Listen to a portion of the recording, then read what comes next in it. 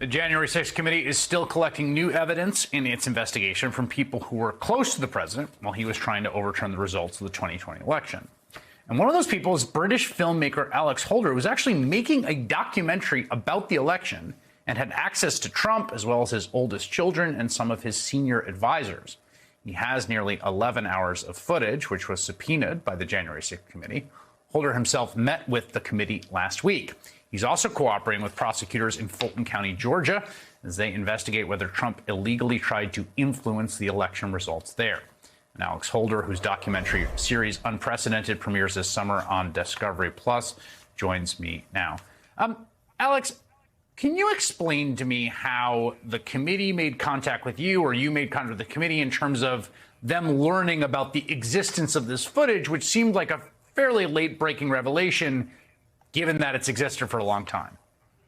Sure. I mean, I probably have about 1,000 different theories as to how they became aware of it. I mean, at the end of the day, we were very visible throughout the process. I mean, some of the people on the Trump side seem to think that they didn't know about the project, and we certainly did know about it. I mean, I don't know how they could have possibly not known. At one point, my cameraman was on the stage with Ivanka, and I think CNN actually called to say, who is this random guy on the stage during the campaign?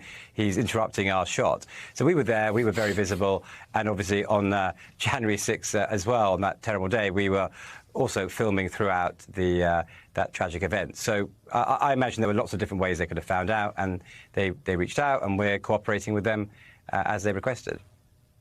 They did not subpoena you, they asked for cooperation?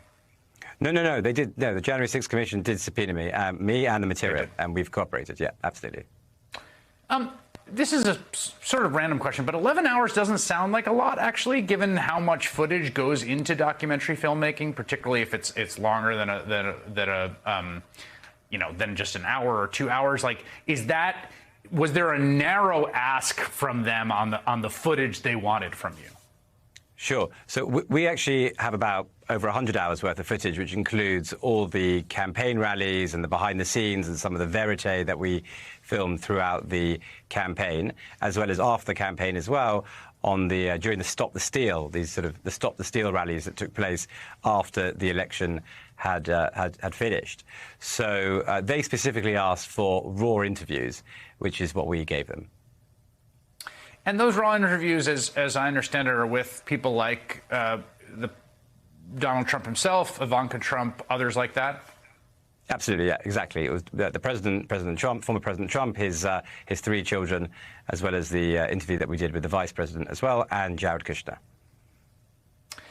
I suspect that you can't tell me what's in those interviews if I ask you, or you're not going to for a variety of reasons. But can you describe the extent of your cooperation with the committee? I understand that you sat and spoke to them as well, right? Yes, I sat with them for 2 hours. We went through all their questions. I answered them very directly and honestly, and they were very professional. And if you want to see what's in those in that material, you have to wait for the series to come out. There's been reporting that in subsequent to this, as the news has broken, that you have had security, that you've hired security, that there's maybe some fear about your security situation. I know that when people end up in the sort of crosshairs of some people in the MAGA movement, that can end up being the case. What has your experience been like? Well, apparently I'm an undercover FBI agent with a funny accent, or I am an MI6 spy. But yeah, I mean, there's all sorts of conspiracy theories being bandied about by people online. And I think after the various subpoenas that I've received, including the one recently from Georgia, from Fulton County, rather be sort of safe than sorry, which is an unfortunate situation. But I think in the circumstances, it's necessary. Were you shooting in Georgia? I know that subpoena happened. Do you have footage from that state? I know Mark Meadows was there. Obviously, Trump was there for that big rally. Did you guys shoot down there? We did, yes, for two rallies, in fact, yes. Yeah. And you've provided them or cooperated with that subpoena as well? Yeah, we're in the process of cooperating and providing them with the materials that they've asked for. Yes, exactly. Did you talk to Mark Meadows at all during that period between the election and January 6th? I think I met him for about 13 seconds on the steps going up to Air Force One. And then I saw him again on Air Force One when he told us that they had to reschedule the interview that we were going to do on the plane with the former president. And you were filming on the day of the 6th as well, or no? Yeah, so we were there at the rally in the Ellipse, and then also for the event, well, for the riot that took place outside the Capitol. What was going through your mind as you were watching that unfold in real time and capturing it, documenting it?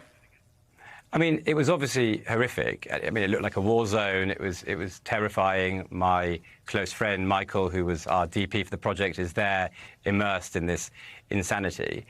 But on the other hand, it also wasn't surprising. I mean, this was something that I actually had predicted the night before. I mean, at the end of the day, when the rhetoric and the belligerence that has come out from the campaign all the way through past the election, and then you have these conspiracy theories and these lies about having actually won the election when you didn't win the election, and you're telling 75 million people that you won when in fact you didn't. I mean, it was sort of an inevitable result, which is terribly sad. But it wasn't surprising, which is tragic. Could you feel that violent energy in the crowd that morning? Yes, I mean, there was this fervour. It changed all the way through that day. There was this fervour, this passion, this almost religious belief in that something might happen, this sort of Hail Mary that the president might be able to actually succeed in this venture of trying to interrupt this ceremonial process and remain in office. I mean, it was really quite incredible. And there was a whole load of people as well that were there. It was all different types. There were children, there were parents, there was sort of this, like, a very odd carnival-like atmosphere that then turned into something that was just, I mean, it was like a war zone.